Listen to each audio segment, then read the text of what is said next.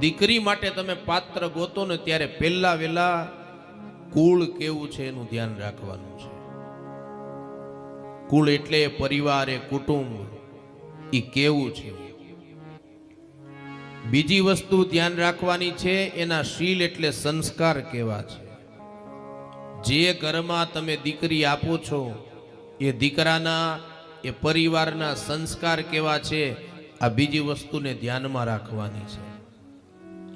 ત્રીજી વસ્તુ છે કે જેવું દીકરીનું રૂપ છે એ પ્રમાણે વરરાજાનું રૂપ છે કે કેમ, ત્રીજા નંબરે રૂપને જોવાનું છે. ચોથા નંબરે વિદ્યા જોવાની છે કે દીકરીએ જે વિદ્યા ગ્રહણ કરી છે, દીકરીનો જેટલો અભ્યાસ છે એના પ્રમાણમાં વરનો અભ્યાસ કેટલો છે, વિદ્યા એની પાસે કેટલી છે. પાંચમા નંબરે વય એટલે ઉંમર જોવાની છે.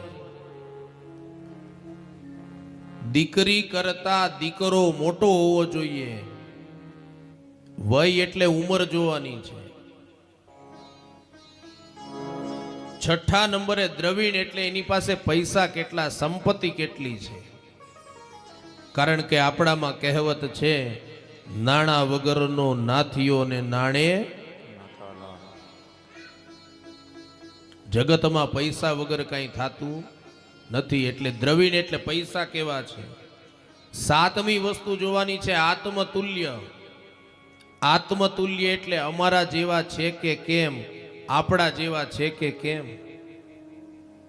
અને આઠમી વસ્તુ છે ને, દીકરી માટે રહેવાનું ઘર જોવાનું છે. પણ આજે આપણે આખો ક્રમ ઉલટાવી નાખ્યો. દીકરી માટે જોવાનું થાય ને ત્યારે સૌથી પહેલા રહેવાનું ઘર જોઈએ છીએ. ભાગવત આપણું એમ કે છે કે દીકરી માટે જોવાનું થાય ને ત્યારે છેલ્લે ઘર જોવું. વર સારો હશે ને તો વરમાંથી ઘર થશે, પણ ઘરમાંથી વર નહીં થાય.